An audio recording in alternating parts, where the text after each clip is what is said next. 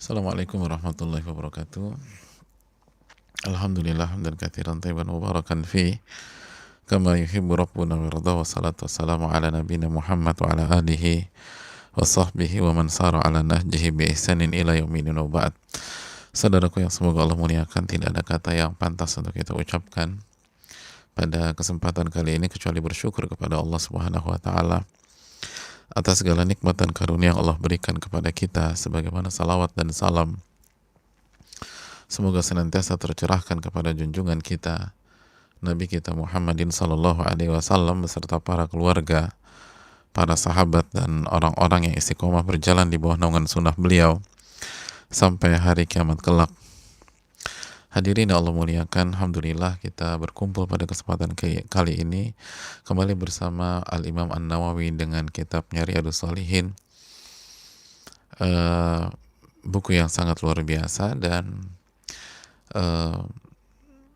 semoga Allah Subhanahu wa taala memberikan kita hidayah dengan kita mempelajari buku yang begitu fenomenal ini, dan semoga Allah Subhanahu wa taala memberikan pahala besar kepada Al-Imam Nawawi, kepada orang tua beliau, kepada orang-orang yang beliau cintai dan seluruh umat Islam di seluruh dunia. Amin ya rabbal alamin. Dan hadirin yang Allah muliakan, kita masih bersama hadis Abu Sa'id Al-Khudri tentang kisah pembunuh 99 nyawa yang ingin bertobat. Kisah pembunuh 99 nyawa yang ingin bertobat. Dan kita sudah jelaskan pada pertemuan yang lalu bagaimana orang yang telah membunuh 99 nyawa, dia ingin bertobat kepada Allah Subhanahu wa taala. Lalu ia bertanya tentang orang yang paling berilmu di atas permukaan bumi, tapi justru dia diarahkan ke rahib, ahli ibadah, yang tapi nggak punya ilmu atau bukan ahli ilmu. Maka ia datang, ia konsultasi, dia sampaikan bahwa saya telah membunuh 99 nyawa, apakah saya masih bisa taubat? Qala la. Kata rahib itu, kamu nggak punya peluang untuk taubat, terlalu banyak dosamu, terlalu besar. 99 nyawa itu besar banget, nggak ada taubat.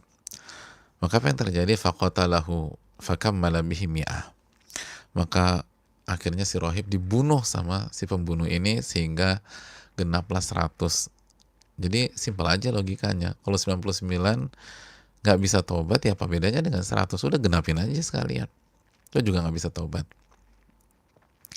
Dan ini menunjukkan bahwa hati-hati dalam berfatwa tanpa ilmu, karena bisa berakibat fatal, bukan hanya di dunia tapi di akhirat.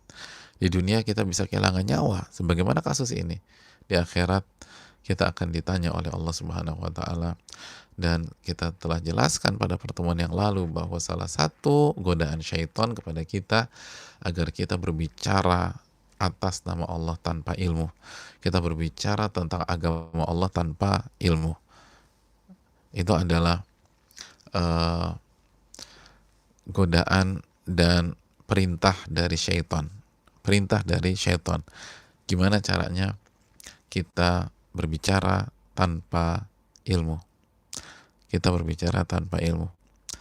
Kenapa demikian? Sebagian para ulama mengatakan karena kalau kita semua atau kita sudah bicara tanpa ilmu, maka terbukalah banyak pintu-pintu dosa. Banyak pintu-pintu dosa. Karena salah kan. Begitu salah kan efeknya kemana-mana. Efeknya kemana-mana. Itu hal, misalnya ada orang bilang harusnya pernikahan ini nggak sah, tapi dia bilang sah, padahal jelas nggak sah nih, gitu loh. Jelas tidak sah. Atau sudah talak bain kubro, sudah talak 3, dan tidak ada faktor yang meragukan bahwa ini udah talak 3, tapi nanya seseorang nggak masalah, selama saling mencintai nggak masalah. Akhirnya kan tetap berumah tangga, dan berumah tangga itu berhubungan intim. Berarti zina. Jadi begitu berbicara tanpa ilmu, itu fatalnya luar biasa. Makanya hebatnya syaitan, Dia ngarahin kita untuk itu sebagaimana dalam surat Al-Baqarah ayat 169. Innama ya'murukum bis-su'i wal fahsya wa an taqulu 'alallahi ma la ta'lamun. Syaitan itu memerintahkan, mengajak kalian untuk mengerjakan hal yang yang buruk, wal fahsya, keji, dan syaitan mengajak kalian untuk berbicara atas nama Allah tanpa ilmu. Dan sekali lagi ini tidak bertentangan dengan balighu anni walau ayah, sampaikan dariku walaupun satu ayat. Sampaikan dariku walaupun satu ayat kalau kita tahu ilmu tentang ayat tersebut secara utuh. Secara utuh, tahu ilmunya nggak secara utuh. Dan juga kita perlu ingatkan bahwa orang awam seperti kita, kalau ingin menyampaikan, sebutkan referensi yang saya dengar dari Ustadz A dan seterusnya. Jangan seperti gaya mujtahid yang langsung vonis sana vonis sini. Itu kesimpulan yang dijelaskan para ulama usul fikih. Wallahu ta'ala bishawab. Ya, kita lanjutkan. Tsumma sa'ala an a'lami ahlil ard. Tapi setelah itu si pembunuh 100 nyawa, udah komplit nih, udah 100, itu kembali bertanya tentang siapa ulama yang paling berilmu di atas permukaan bumi, atau yang paling berilmu di antara manusia pada saat itu. Jadi saudaraku yang Allah muliakan, ini juga pelajaran bagi kita. Jangan pernah meremehkan seseorang walaupun dosanya banyaknya luar biasa. Lalu kita kata nih orang nggak punya harapan lagi untuk berubah. Udah kebanyakan dosanya. Ini orang nggak mungkin punya kesadaran untuk bertobat. Orang kayak ini nggak mungkin. Kata siapa? Ini buktinya pembunuh 99 nyawa punya niat untuk bertobat, terus salah alamat, akhirnya buat dosa lagi. Bunuh kan dosa, dan dosa besar banget. Tetap aja habis itu dia terketuk lagi untuk bertobat. Subhanallah. Jadi jangan pernah ngeremehin orang, doain. Ngelihat orang berdosa tuh doakan. Ngelihat orang melakukan maksiat, doakan. Jadi Forrest nggak mungkin, jadi terlalu keji, terlalu jahat, nggak pantas masuk surga. Jadi nanti gue tetanggaan sama dia di surga, aduh amit-amit deh. Ya lo pede banget. Yang pertama Anda vonis dia nggak pantas masuk surga, terus Anda merekomendasi Anda bahwa Anda pantas jadi penghuni surga. 2 kali kesalahannya. Oleh karena itu jamaah yang Allah muliakan, begitu melihat ada orang melakukan kesalahan sefatal apapun, ini pembunuhan jamaah, pembunuhan ngeri, itu dosa parah banget, dosa yang sangat parah, dosa yang sangat parah. Masih ingat nggak ancaman pembunuhan dalam surat apa? An-Nisa ayat 93. Apa kata Allah Subhanahu wa taala? Allah mengatakan, "Wa man yaqtul mu'minan muta'ammidan fajaza'uhu jahannam khalidan fiha wa ghadiballahu 'alaihi wa la'anahu wa a'adda lahu 'adzaban 'azima." Wa man yaqtul mu'minan muta'ammidan, dan barang siapa membunuh seorang mukmin dengan sengaja, muta'ammidan sengaja, emang udah niat mau membunuh orang, maka balasannya adalah jahannam. Belum apa-apa udah jahannam, neraka jahannam, khalidan fiha, lama sekali di sana. Jadi khalidan di sini artinya lama sekali. Karena kita tahu akidah Ahlussunnah wal Jamaah mengatakan tidak ada yang kekal di neraka kecuali kesyirikan atau kekufuran yang belum ditutup dengan taubat sebelum meninggal. Syirik besar. Wa ghadiballahu alaih, dan Allah murka sama dia. Wa la'anahu, dan Allah melaknat dia. Lalu Allah persiapkan dia azab yang sangat pedih. Itu ancamannya bertubi-tubi. Jahannam lama sekali, murka, laknat, dan azab yang pedih 5.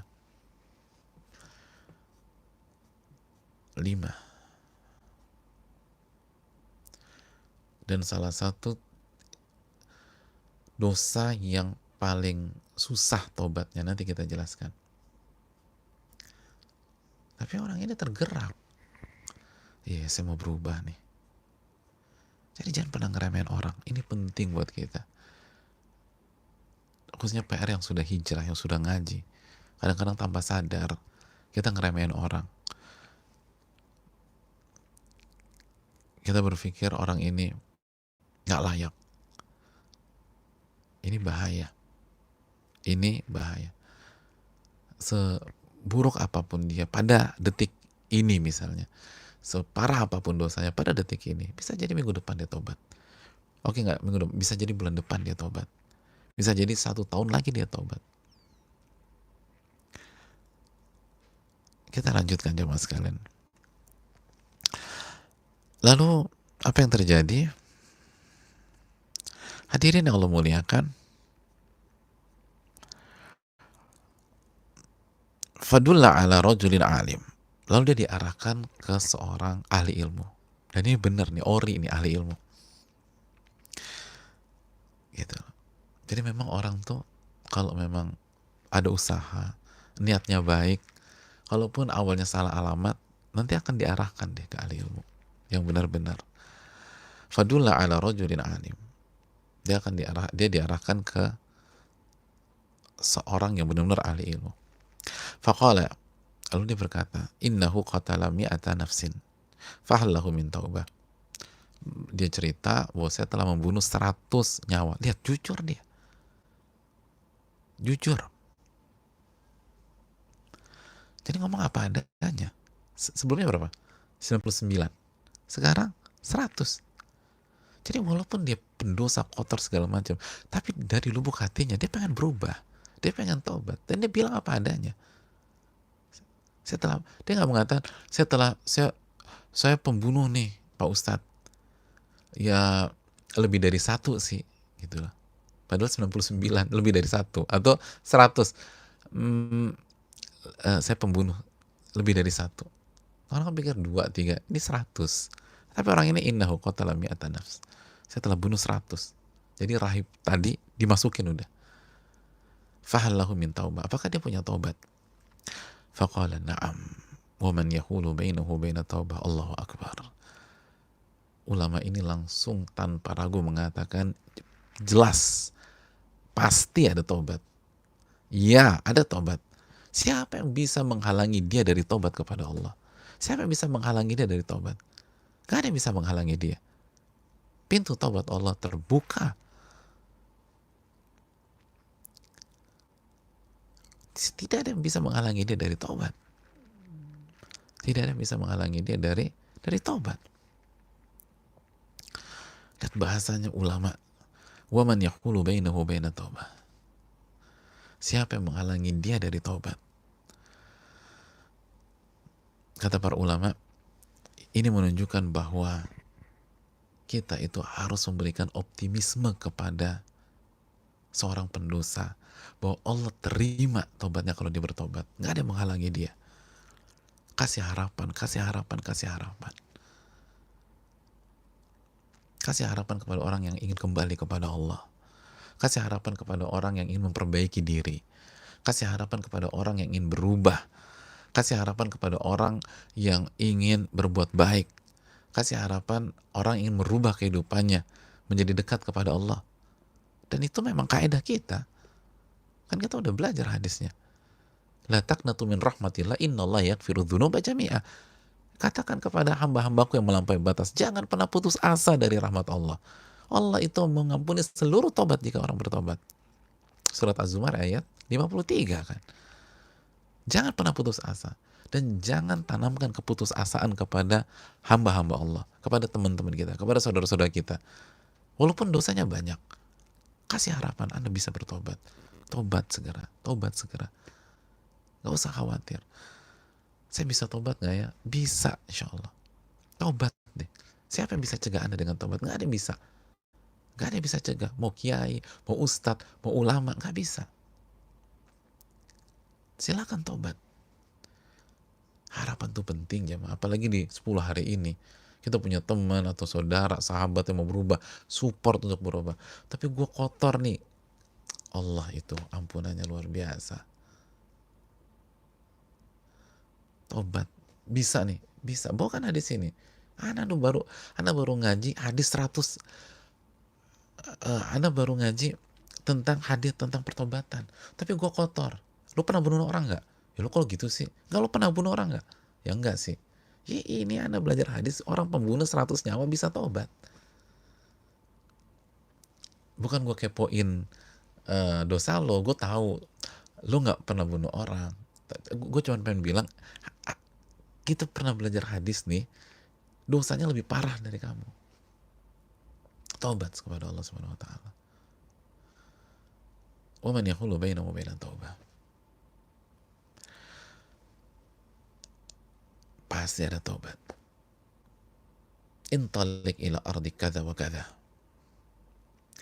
Lihat, nggak berhenti sampai di sini. Pergilah ke negeri kada wa kada. Disebutkan nama negerinya. Fa inna biha unasan ya'budunallah fa'budillaha ma'ahum. Karena di negeri tersebut dihuni oleh orang-orang yang senantiasa beribadah kepada Allah. Orang-orang yang mentauhidkan Allah Subhanahu wa taala. Maka beribadahlah kepada Allah bersama mereka. Wala tarji ila ardika fa innaha ardus su'. Dan jangan kembali ke negerimu, karena negerimu itu negeri yang buruk. Karena negerimu adalah negeri yang buruk. Hadirin yang Allah muliakan, inilah kecerdasan para ulama. Nggak hanya mengatakan bagimu taubat, tidak ada yang bisa menghalangi kamu dari taubat, tapi langsung kamu jelas bisa taubat, tapi taubatmu tidak akan istiqomah, taubatmu nggak akan langgeng kalau kamu nggak beribadah kepada Allah. Dan untuk bisa beribadah, kamu harus butuh komunitas, butuh lingkungan yang baik, butuh sahabat-sahabat. Maka tinggalkan negerimu, karena di negerimu itu orang-orang buruk, isinya pemaksiat, mungkin pembunuh juga, orang-orang melakukan kesyirikan segala macam, orang-orang nggak beribadah, nggak sholat dan lain sebagainya. Pindah ke negeri yang dihuni oleh orang-orang yang beribadah kepada Allah Subhanahu wa taala. Ini menunjukkan, kata para ulama, dijelaskan Al-Qadhi Iyad dalam kitabnya Ikmalul Mu'lim. Al-Qadhi Iyad, ulama besar, kata beliau,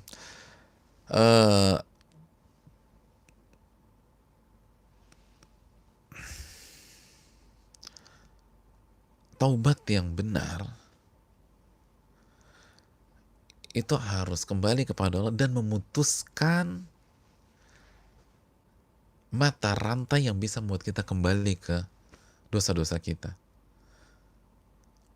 Jadi akses-akses yang buat kita balik lagi itu diputus. Wal istibdal bidzalika suhbata ahlil khair wassalah wa man yuqtada bihi.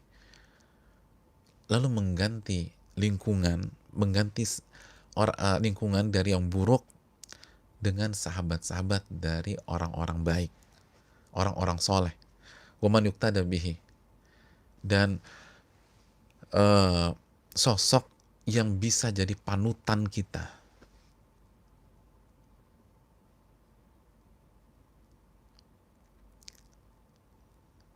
Jadi susah sekali, berat sekali istiqomah dalam taubat kalau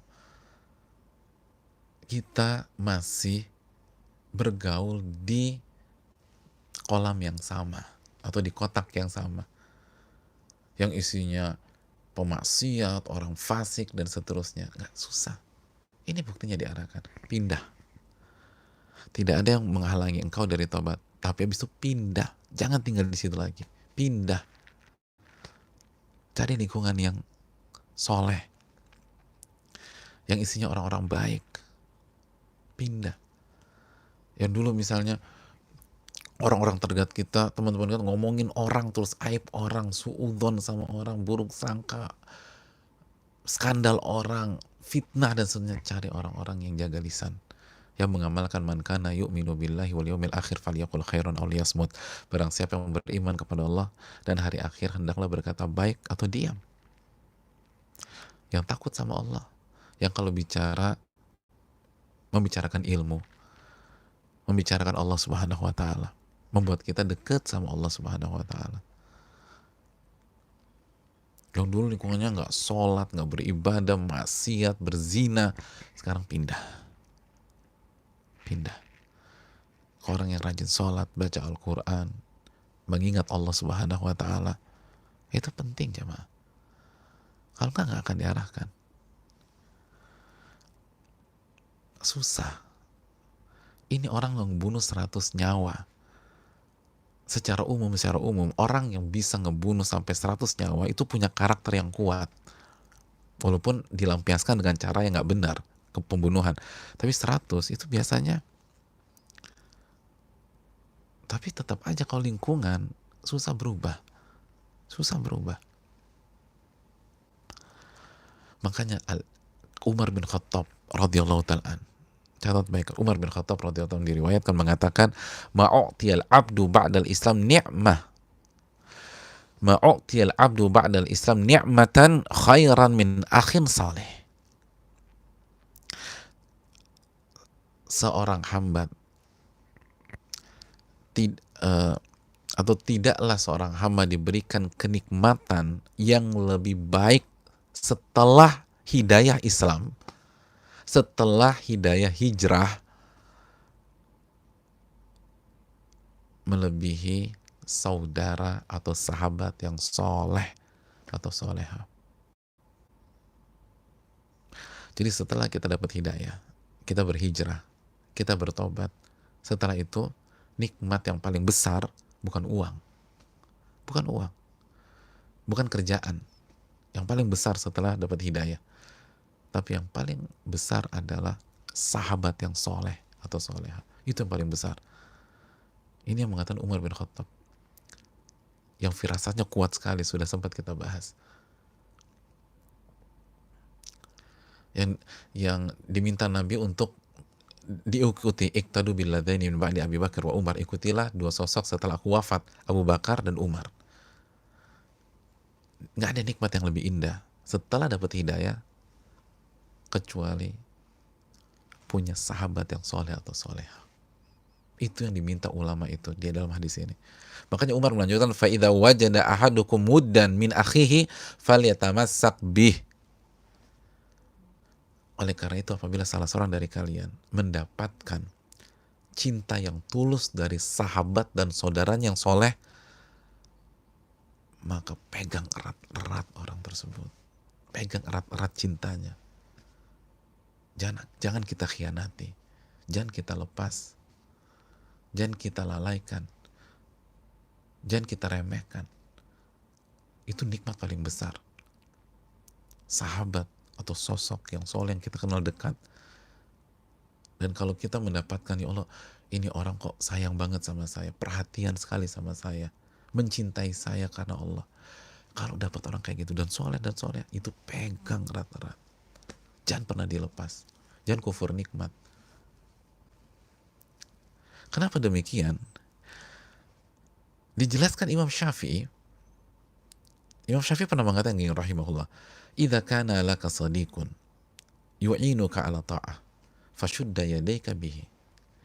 Kalau Anda memiliki sahabat atau teman yang membantu dan mensupport Anda untuk taat kepada Allah, maka pegang erat-erat orang tersebut. Pegang. Jadi bukan deketi lagi, pegang. Fa inna ittikhadha sadiq sa'bun wa mufaraqatahu sahla. Alasannya karena mendapatkan sosok kayak gitu susahnya minta ampun.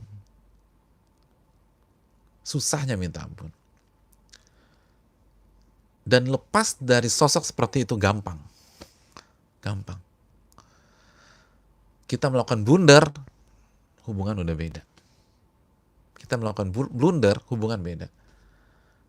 Kita melakukan kesalahan, belum tentu kita bisa dekat lagi. Apalagi kalau kita tinggalkan beneran, rugi kita jamaah. Orang ini disuruh nyari kok.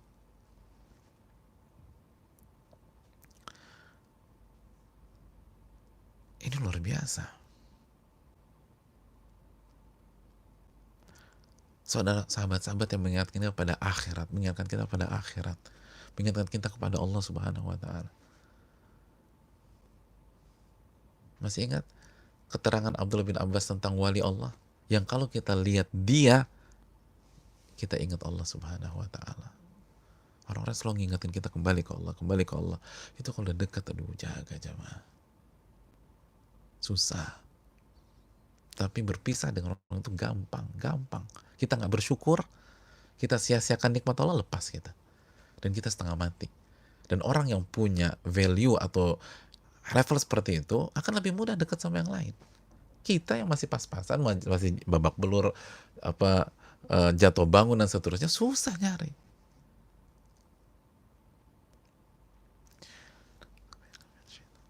Jadi hadirin Allah muliakan, susah. Makanya kan, karena susah, kan kata Imam Syafi'i susah. Lihat, orang ini pembunuh, kita balik lagi ke hadis, disuruh keluar dari negerinya. Kita masih enak tinggal nyari di kota. Kita tinggal di Jakarta, yaudah cari Jakarta aja. Tinggal di Bekasi, tinggal cek Bekasi, Jabodetabek, Tangerang, Depok masih ruang lingkup. Kita tinggal di Bandung, tinggal cek banyak.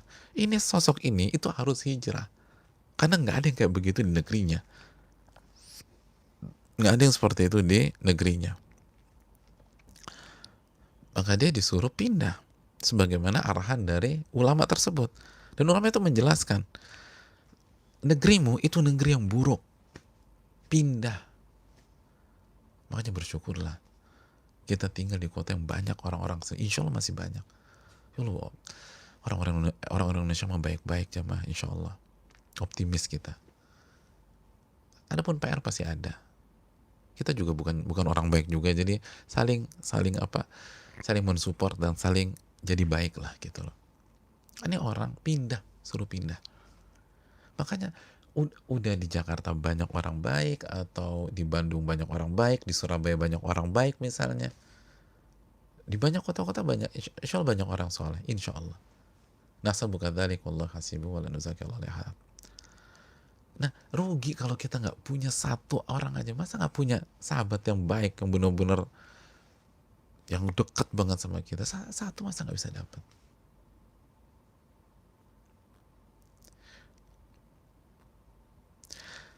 Dan memang harus ada effort. Paling nggak kan kita nggak disuruh pindah, cari di Jakarta. Masa kita nih sering nggak dapat karena kita malas nyari, kita pasif. Ini sosok, ini orang pembunuh yang mau tobat, suruh pindah.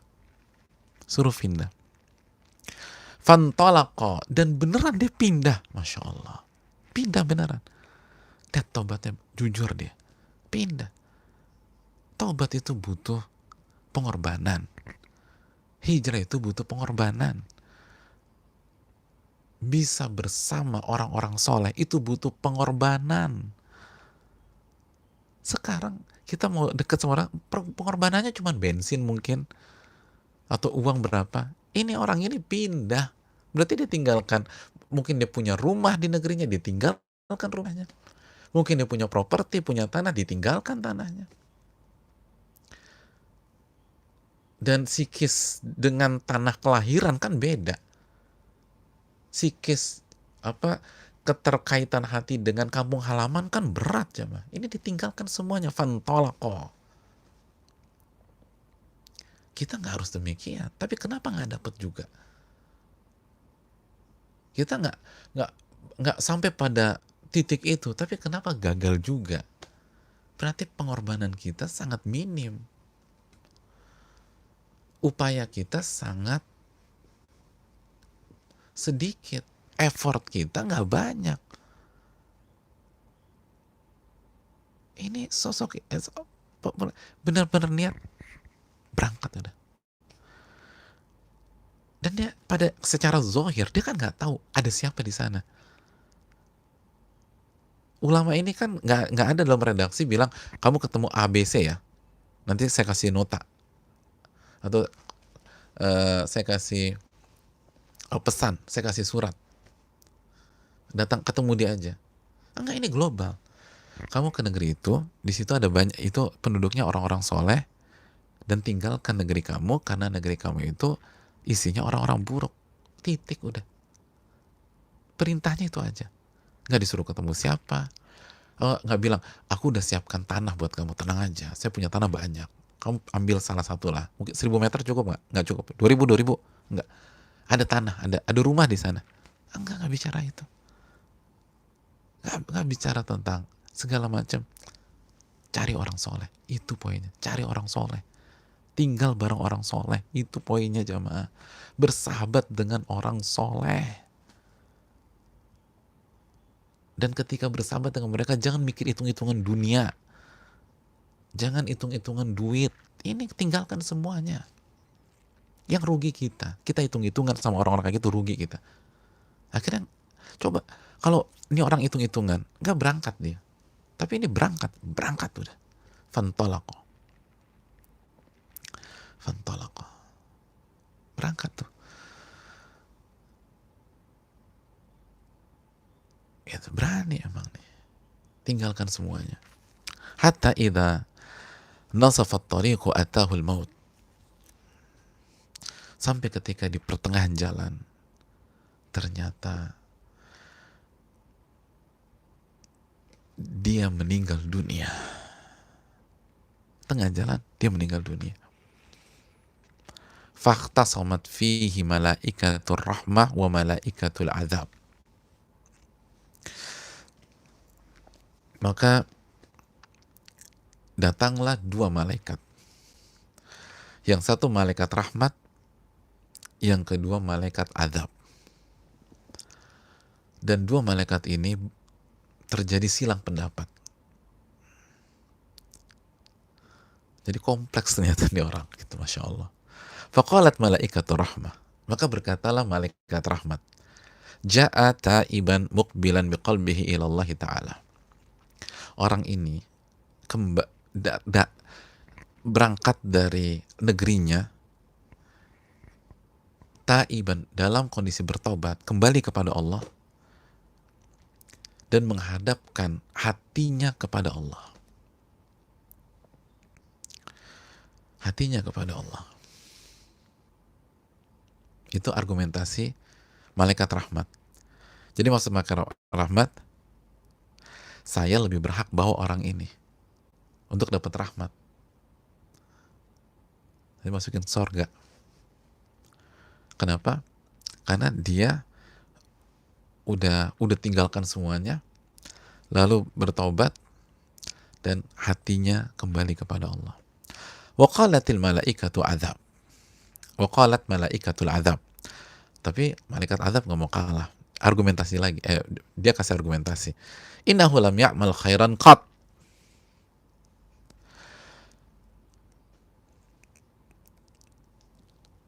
Tapi dia belum melakukan amal kebaikan apapun.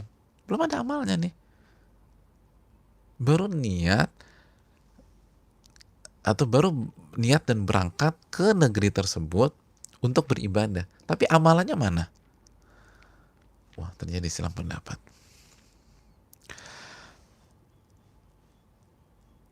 Fa'atahu malakun fi suratin adami. Akhirnya datang lagi satu malaikat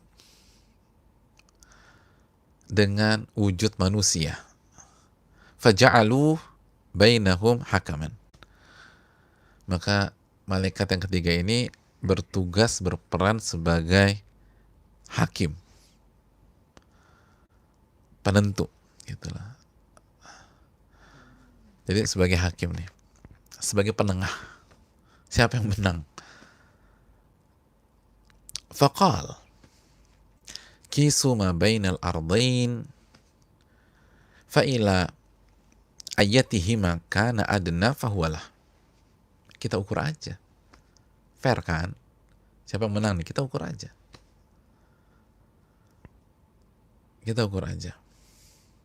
Jarak mana yang paling dekat, nah dia yang menang. Maksudnya apa? Kalau dari tempat dia meninggal lebih dekat ke negeri orang-orang baik, negeri orang-orang soleh, yang menang malaikat rahmat. Silakan ambil. Tapi kalau sebaliknya, dari tempat ia meninggal lebih dekat ke negeri orang-orang buruk, negeri asalnya, malaikat adab yang menang. Jelas? Itu peraturannya. Jadi diukur aja biar fair, biar adil, biar nggak zalimi. Faqasu fawajaduhu adna ilal ardi allati arada. Akhirnya diukur dan ternyata lebih dekat ke negeri orang baik. Faqabadathu malaikatu rahmah. Maka ruhnya dibawa oleh malaikat rahmat. Allahu akbar. Allahu akbar. Dalam riwayat lain, fakana ilal qaryati salihah aqrab bishibr.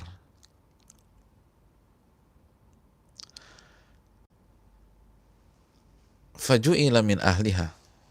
Wa fi riwayah fi sahih fa'auha Allah ta'ala ila hadhihi an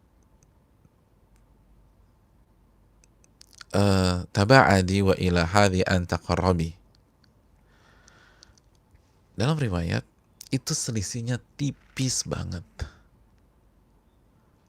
antara dua negeri itu benar-benar di tengah-tengah, tipis banget, sangat-sangat tipis, sangat-sangat tipis. Jadi hadirin yang Allah muliakan, dan dalam riwayat Allah SWT meminta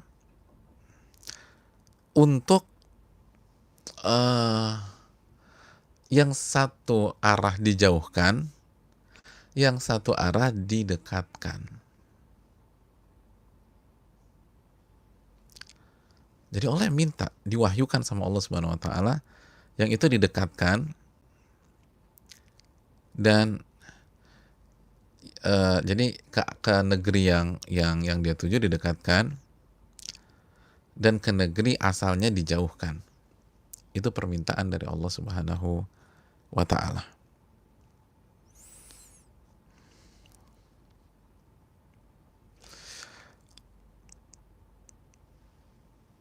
Jadi hadirin Allah muliakan, akhirnya dapat lebih dekat ke negeri orang baik, negeri orang soleh, dibanding ke negeri asalnya. Perbedaannya sangat tipis, 1 inci.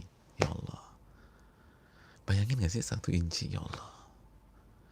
Dan itu Allah bantu. Allah bantu.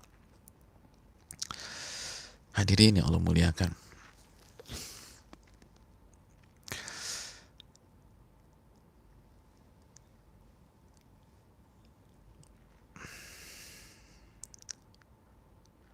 ini luar biasa jemaah.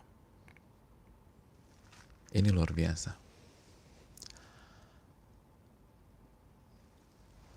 Ada 3 pelajaran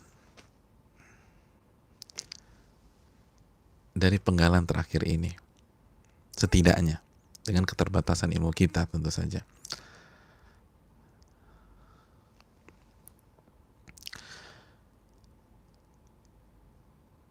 Jadi sekali lagi diukur,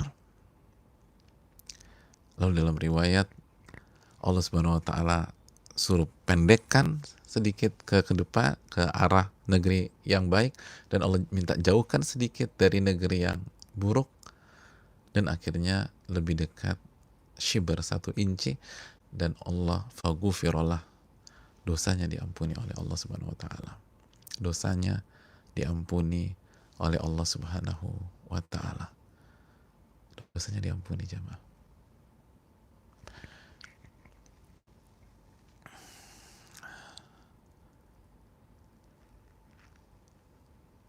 Pelajaran dari penggalan ini yang pertama, kata para ulama kita, ini menunjukkan pentingnya kita segera bertaubat. Pentingnya kita segera bertaubat. Kita bayangin gak sih kalau pembunuh ini terlambat 5 menit aja. Nggak usah terlambat 1-2 hari untuk bertaubat, 5 menit. Maka ceritanya mungkin kayak begini. Karena walaupun sudah didekatkan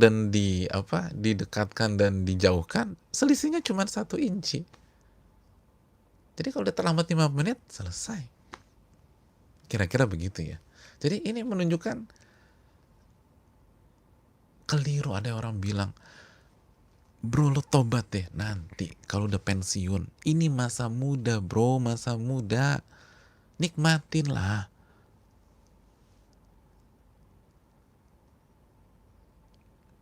Dia meninggal di kamar hotel tersebut. Na'udzubillah.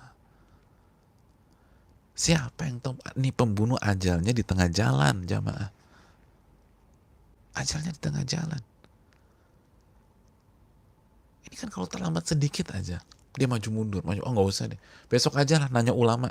Besok aja minta masukan ke ustadz. Kalau meninggal gimana? Makanya Allah berfirman sekali lagi dalam surat Ali Imran ayat 133, ketika Allah berbicara tentang ampunan, wasari'u ila magfiratin min rabbikum, dan bersegeralah menyambut ampunan dari Rabb kalian. Bersegeralah. Jangan tunda. Kita nggak tahu kapan meninggal. Kita nggak tahu kapan wafat. Bersegeralah. Jangan nunda. Bisa jadi selisihnya cuma beda 5 menit, 10 menit. Subhanallah. Ini seperti ini. Coba kalau ditunda 1 hari, selesai udah. Oh, bedanya cuma 1 inci. Bersegeralah.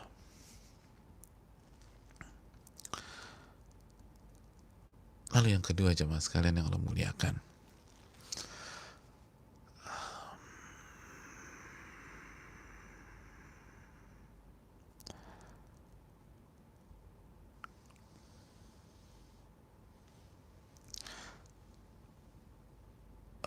jamaah yang Allah muliakan, yang kedua,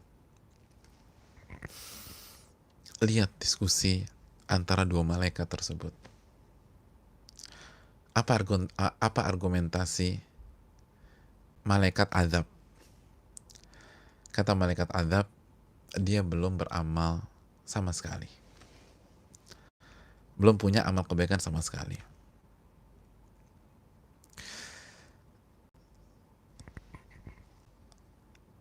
Dia belum punya amal kebaikan sama sekali.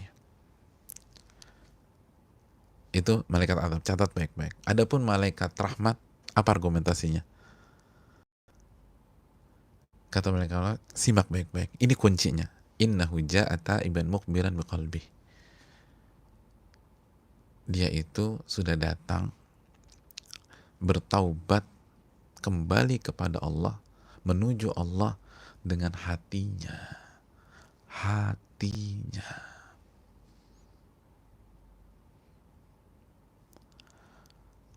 Al-Imam Al-Qurtubi mengatakan, hadza nassun sharih fi anna Allah Ta'ala ittala'a atau atla al-malaikata rahma ala ma fi qalbihi min sihhati qasdihi ila taubah wa hirsi 'alaiha. Ini nas yang jelas, Allah mengarahkan malaikat rahmat untuk melihat hati orang tersebut yang punya kejujuran, keikhlasan untuk bertaubat, sehingga melahirkan daya juang, berkorban, meninggalkan negerinya. Dan itu yang membuat dosa-dosanya, khususnya dosa 100 nyawa, diampuni oleh Allah Subhanahu wa Ta'ala.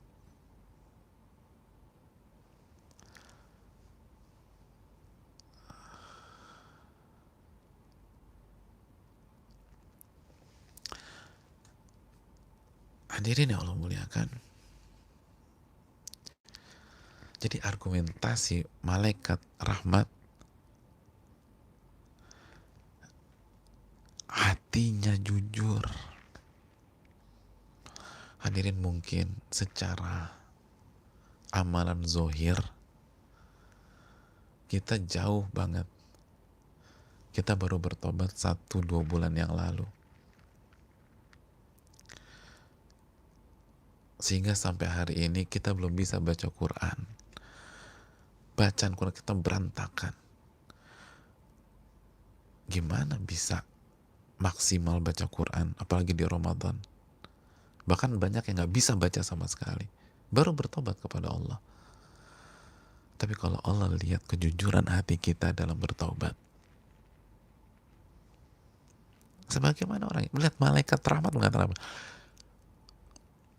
Taiban mukbilan biqalbi. Dia menuju Allah dengan hatinya, bukan hanya dengan fisik. Jadi makanya kata malaikat rahmat, ini bukan tentang perjalanan fisiknya dari negeri ke negeri itu. Lihat hatinya. Gak mudah loh orang ninggalin seluruh masa lalunya itu kalau gak punya hati yang jujur, yang ikhlas. Ini kan istilah bakar kapal nih. Artinya dikorbankan semuanya. Itu hati jujur, hanya orang yang punya hati yang jujur yang bisa begitu. Semua ditinggalkan. Betul, mungkin orang belum sholat, belum puasa, tapi hatinya. Dia bukan gak mau sholat, bukan gak mau puasa, belum sempat. Semua butuh proses, tapi hatinya jujur. Sihhati qasdihi, kata Imam Qurtubi. Niatnya benar, jujur, ingin bertobat kepada Allah. Itu poin besar dalam kasus ini. Banyak di antara kita berhijrah tapi lupa menata hatinya. Secara casing berhijrah, secara penampilan udah berubah, tapi kejujuran, berani gak tinggalkan itu? Berani gak pertaruhkan semua? Banyak yang gak berani. Ini orang memang dia membunuh 100 nyawa dan dia belum punya mungkin pahala sholat, pahala puasa, kan itu argumentasi malaikat azab. Secara zahir belum punya amalan, tapi hatinya jamaah, itu argumentasinya malaikat rahmat. Sehingga Allah pun bantu orang ini. Ke depan dipendekin, ke belakang dijauhin. Menang. Makanya kan itu ucapan para ulama kita, fa innaha ablaq minal amal. Seringkali niat yang ada di dalam hati itu lebih cepat daripada amal zahir. Bukan berarti amal nggak penting, keliru. Kalau niat, kalau hati baik, maka seluruh anggota badan akan baik. Tapi bisa jadi seperti kasus ini, nggak sempat. Dan dia kan udah berkorban, dia udah berjuang, dia udah tinggalkan semua. Itu menunjukkan hatinya benar-benar menghadap kepada Allah Subhanahu wa Ta'ala. Dan pelajaran terakhir dari penggalan ini, jamaah sekalian, ketika dalam riwayat ini Allah mewahyukan agar dipendekkan ke depan dan dijauhkan ke belakang. Sekali lagi ini menunjukkan bahwa betapa besarnya rahmat Allah Subhanahu wa Ta'ala kepada orang yang bertobat kepadanya.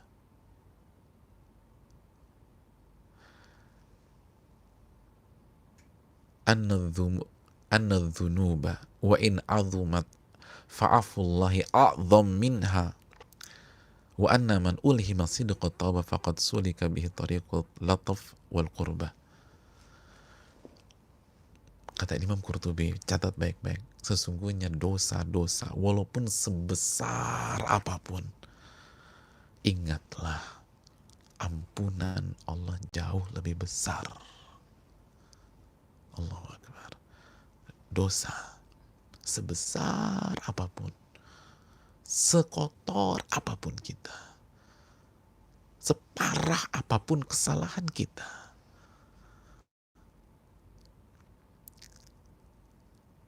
sesulit apapun kita berubah sebelumnya, kalau ingatlah ampunan Allah jauh lebih besar dari itu. Dan barang siapa yang diilhamkan, diberikan taufik untuk jujur dalam bertaubat, jujur, hatinya bersih, maka ia telah meniti jalan kasih sayang Allah Subhanahu wa taala dan jalan mendekat kepada Allah. Jalan mendekat kepada Allah. Makanya Allah suruh dekatkan itu. Karena intinya bukan jalan bagi Allah. Intinya orang yang hatinya jujur kembali kepada Allah, dia mendekat kepada Allah. Negeri itu cuma fisik aja. Pada hakikatnya dia mendekat kepada Allah. Dan begitu Allah tahu hambanya mendekat, maka kan Allah dekat. Allah lebih dekat lagi.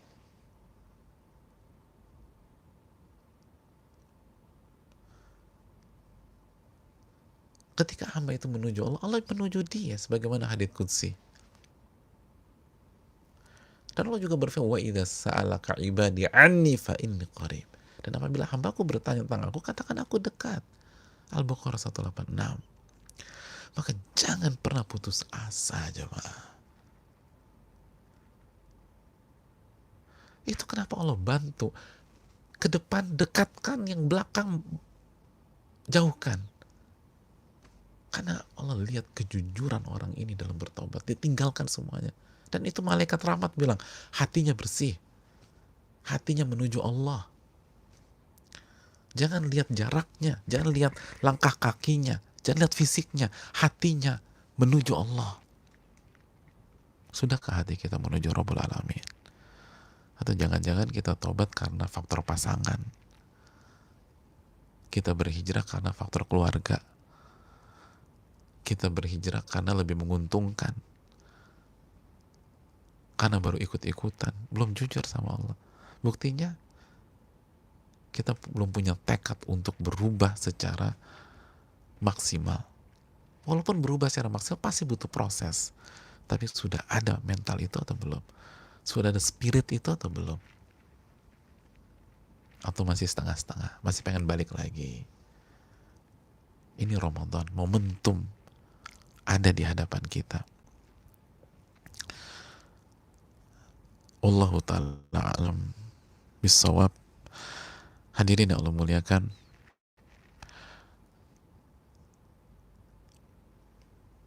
masih ada satu masalah lagi sebenarnya.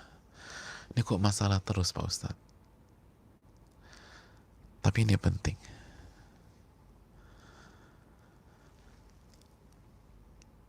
Apakah tobatnya pembunuh itu benar-benar diterima oleh Allah? Sedangkan dia belum menyelesaikan dengan korban-korbannya. Seperti kasus ini.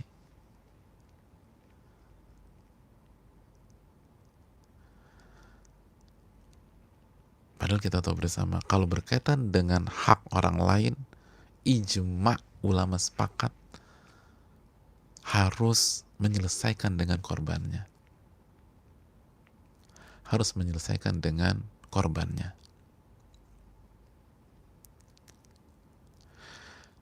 Maka ketahuilah jamaah, singkat saja. Para ulama mengatakan, orang yang membunuh, dia berhadapan dengan tiga pihak. Berhadapan dengan tiga pihak. Berhadapan dengan tiga pihak. Dia harus selesaikan dengan tiga pihak. Yang pertama, dengan Allah Subhanahu wa ta'ala. Dia harus selesaikan dengan Allah. Karena dia melanggar syariat Allah. Nggak boleh membunuh. Surat An-Nisa 93 yang sudah kita bahas. Nggak boleh membunuh, dosa besar. Maka ketika dia membunuh, dia berhadapan dengan Allah. Cukup? Belum. Yang kedua, dia berhadapan dengan korbannya. Dia bunuh orang. Misalnya dia bunuh orang namanya Fulan. Maka dia harus berhadapan dengan si Fulan tersebut.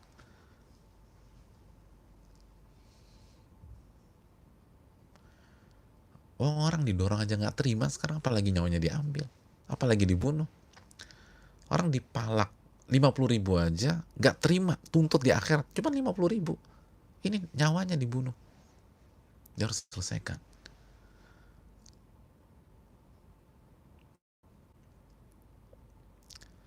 Dia harus selesaikan.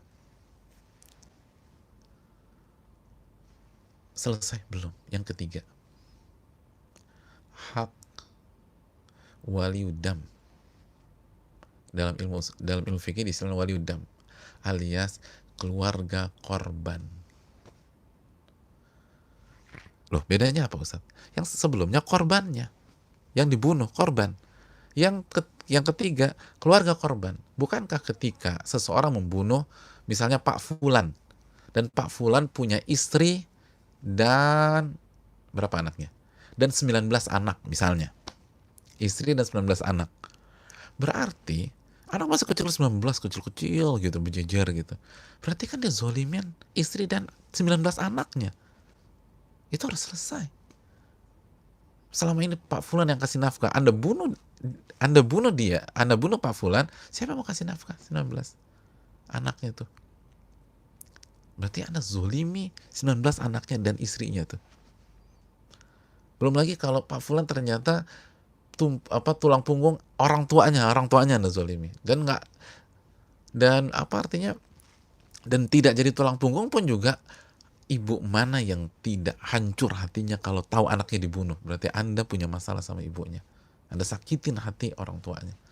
Ayah mana yang nggak hancur hatinya kalau tahu anaknya dibunuh? Anda berhadapan dengan ayahnya.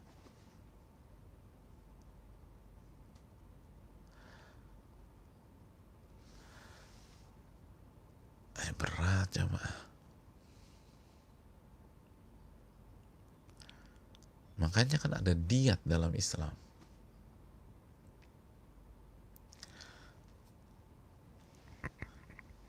Gak gampang. 3 loh. Kata para ulama, kesimpulannya, adapun hak Allah, yang dia lakukan adalah bertobat dan Allah akan ampuni. Innallaha la yakfiru an yushraka bihi wa yakfiru ma duna dzalika liman yasha. An-Nisa 116 atau Az-Zumar 53. Innallaha yakfiru dzunuba jami'an. Allah ampuni seluruh dosa. Anda bertobat, Allah ampuni. Adapun jamaah, hak keluarga korban dan hak korban, maka dia tetap harus selesaikan. Karena ulama telah berijma' salah satu syarat taubat menyelesaikan hak orang lain tersebut. Dan kalau dia tidak selesaikan di dunia, dia akan selesaikan di akhirat. Nabi kita Shallallahu Alaihi Wasallam, beliau bersabda, awwalu ma yuqda bainan nasi biddima, dalam hadis Bukhari dan Muslim, yang pertama kali Allah sidang dan adili di hari kiamat adalah urusan darah. Di antara pembunuhan itu disidang. Dalam hadis Abdullah bin Abbas dan lain-lain juga menjelaskan hal yang sama.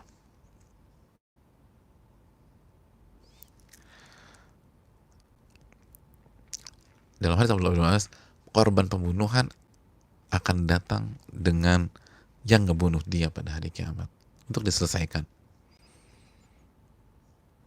Dan juga hadis Abu Hurairah yang sudah sempat kita bahas, man kanat lahu madlamah li akhihi min irdihi aw syai', barang siapa yang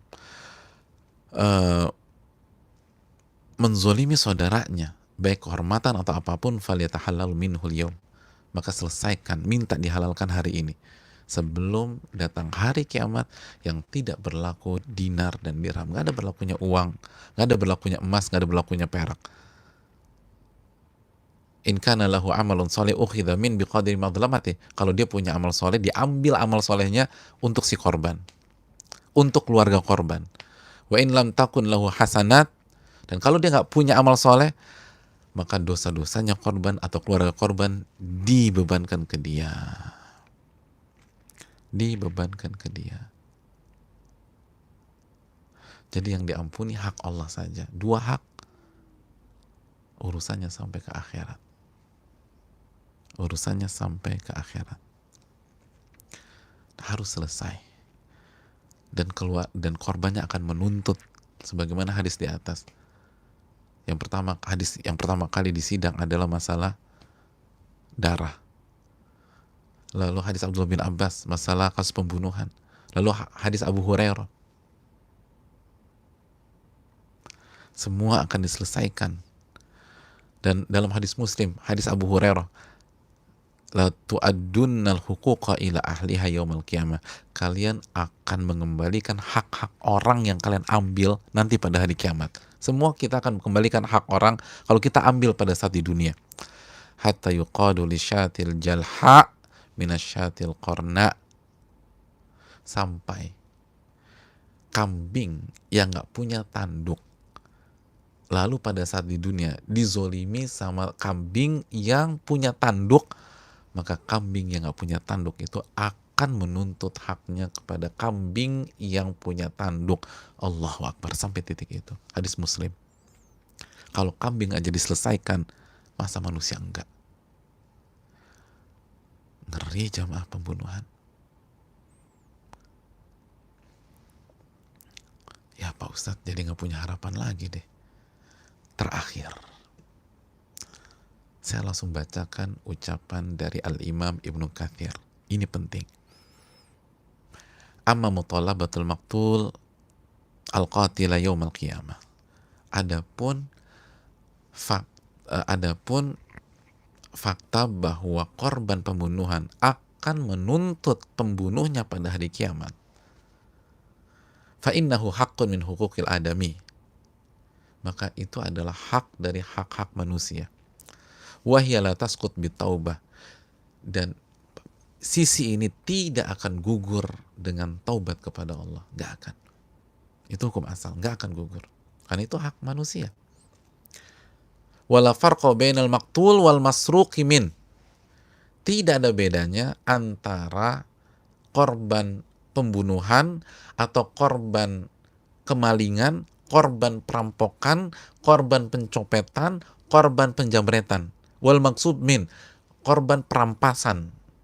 Tanah kita dirampas misalnya di dunia, tapi kita orang kecil nggak bisa bertindak apapun.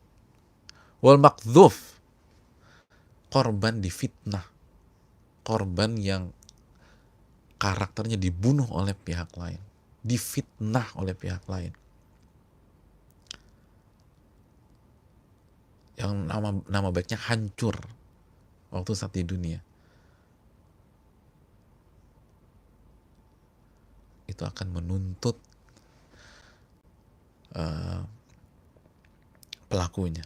Korban gibah, kalau kita gibahin orang itu akan nuntut kita. Wasairi huquqil adami, dan seluruh hak manusia akan diselesaikan dan tidak gugur karena taubat kepada Allah. Fa innal ijma' munaqid ala annaha la tasqut bi taubah. Lihat kata Ibnu Katsir, karena telah terjadi ijma', konsensus para ulama, hak-hak seperti itu tidak akan gugur hanya dengan taubat kepada Allah.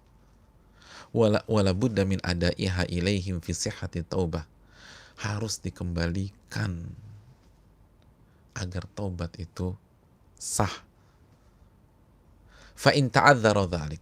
Kalau tidak dikembalikan di dunia, atau tidak bisa dikembalikan di dunia, tidak bisa diselesaikan di dunia, maka akan ada tuntutan pada hari kiamat. Akan ada tuntutan pada hari kiamat. Hadirin, jangan putus asa dulu. Simak paragraf berikutnya. Mungkin masih ada harapan buat kita. Lakin la yalzam min wuqu'i at-talabah wuqu'ul mujazat. Tapi perlu kita ingat, adanya tuntutan pada hari kiamat belum tentu kita dihukum pada hari kiamat. Adanya tuntutan belum tentu kita diazab atau dihukum. Maksudnya gimana? Waqat simak baik-baik. Makanya saya langsung bawakan ucapan Ibnu Katsir. Waqat yakunu lil qatil a'malun salihah tusraf ilal maqtul aw ba'diha. Tsumma yufaddal lahu ajrun yadkhul bihil jannah. Bisa jadi pelaku pembunuhan atau kan tadi orang yang gibah atau orang yang fitnah, orang ngomongin orang yang apa buat berita bohong tentang orang lain atau orang yang mencuri dan lain sebagainya, itu punya pahala dari amal soleh, punya pahala dari amal soleh. Lalu diambillah pahala itu ke korbannya. Tsumma yufdal lahu ajrun yadkhul bil jannah. Lalu ternyata dia masih punya sisa amal soleh yang cukup memasukkan dia ke sorga. Masuk sorga kan? Jadi tetap dituntut, diselesaikan, masih ada amal solehnya, masih ada sholatnya, masih ada puasanya, dia rajin ibadah gitu ya. Akhirnya dia bisa masuk surga juga. Kalau ada amal soleh. Dan kalau masih cukup. Pertanyaan terakhirnya, gimana kalau nggak cukup? Kata Al-Imam Ibnu Katsir, yu'awwidullahu al-maqtula min fadlihi bima yasha' min kusuril jannah wa na'imiha wa raf'i darajatihi fiha wa nahwi dzalika wallahu a'lam. Hadirin yang Allah muliakan, atau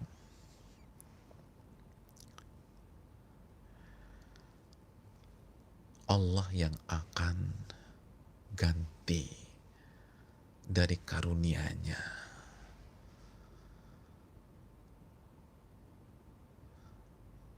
Jadi Allah yang akan ganti dari karunia-Nya. Allah akan kasih dia istana atau kenikmatan surga. Allah akan angkat derajatnya dan lain sebagainya. Jadi kita udah gak ada amal lagi. Allah bantu kita, Allah ganti.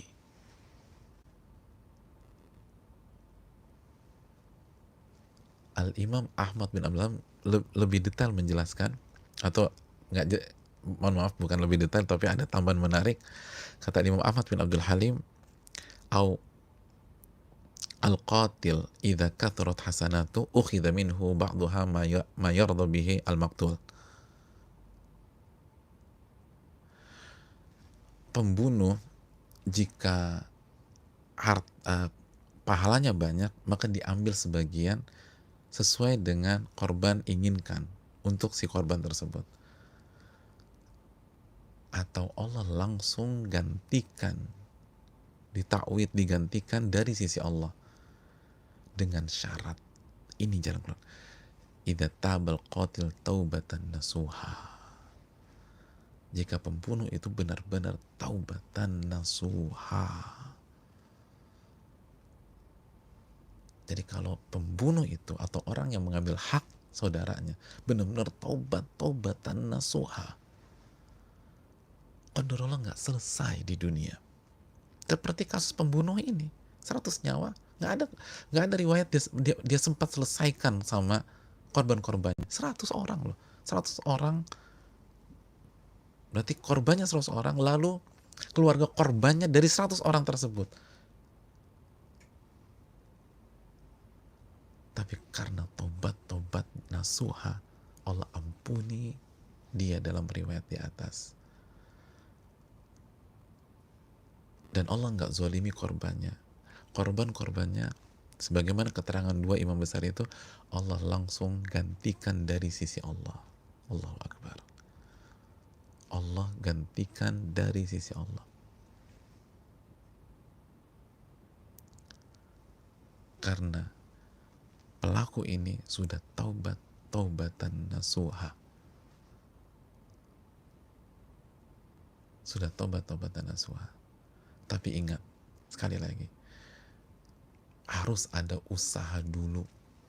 Kata Syekh Utsaimin, kalau kasusnya pembunuhan harus benar-benar minta dihalalkan, selesaikan. Pembunuh ini bukan nggak mau menyelesaikan, tapi nggak ada waktu lagi. Sedangkan kalau kita ada kesempatan, kita tahu, segera minta maaf. Begitu misalnya orang itu maafkan, selesai. Orang itu nggak mau maafkan, kalau tobat kita nasuha, maka Allah yang akan bela kita pada hari kiamat dan akan ganti dari karunia Allah Subhanahu wa taala. Atau kita udah coba nyari orangnya, nggak ketemu. Atau kita keburu meninggal. Seperti begini, Allah yang akan gantikan dari karunia-Nya. Tapi harus ada usaha dulu dari kita. Harus ada kejujuran, harus ada effort, harus ada perjuangan. Nanti Allah yang ganti. Kalau toh nggak selesai di dunia. Ini yang bisa disampaikan. Semoga bermanfaat. Terakhir jamaah sekalian, lihat bagaimana karunia Allah sangat besar. Tapi kita butuh membuktikan kejujuran kita. Sebagaimana ucapan malaikat rahmat itu. Pembunuh ini memang belum menyelesaikan dengan korban-korbannya. Tapi pembunuh ini sudah terbukti punya hati yang menuju Allah. Dan dia buktikan dengan tinggalkan seluruh yang dia punya di negeri asalnya menuju negeri yang tidak ia ketahui, yang gelap, yang tidak ia kenal. Tidak ada famili di sana, hanya untuk mengikuti nasihat dari ulama, bergabung sama orang-orang soleh dan beribadah bersama mereka. Maka dalam redaksi hadis tersebut, faghufirallahu, Allah ampuni semuanya dan ia dimasukkan ke surga. Dan keterangan ulama mengatakan Allah akan bantu dan Allah akan selesaikan dengan karunia-Nya. Ini yang bisa disampaikan. Jangan pernah putus asa dari rahmat Allah, tapi harus ada perjuangan, harus ada upaya untuk menyelesaikan. Karena itu resiko kita sudah melakukan hal itu. Ya, kalau Allah lihat kejujuran kita, Allah lihat kita sudah maksimal, tapi belum selesai juga, Allah akan bantu kita pada hari kiamat. Ini yang bisa disampaikan. Subhanakallahumma wa bihamdika, la ilaha illa anta, astaghfiruka wa atubu ilaik. Assalamualaikum warahmatullahi wabarakatuh.